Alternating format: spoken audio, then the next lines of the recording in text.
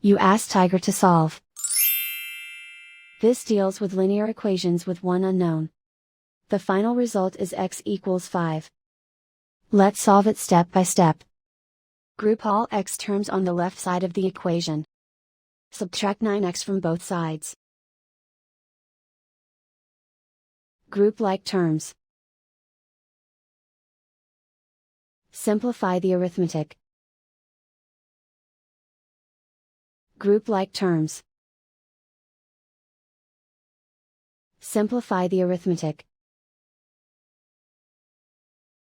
Group all constants on the right side of the equation. Add 4 to both sides. Simplify the arithmetic.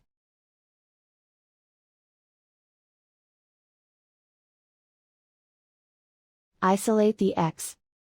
Divide both sides by -3. Cancel out the negatives. Simplify the fraction. Cancel out the negatives. Find the greatest common factor of the numerator and denominator. Factor out and cancel the greatest common factor. And so the final result is x equals 5.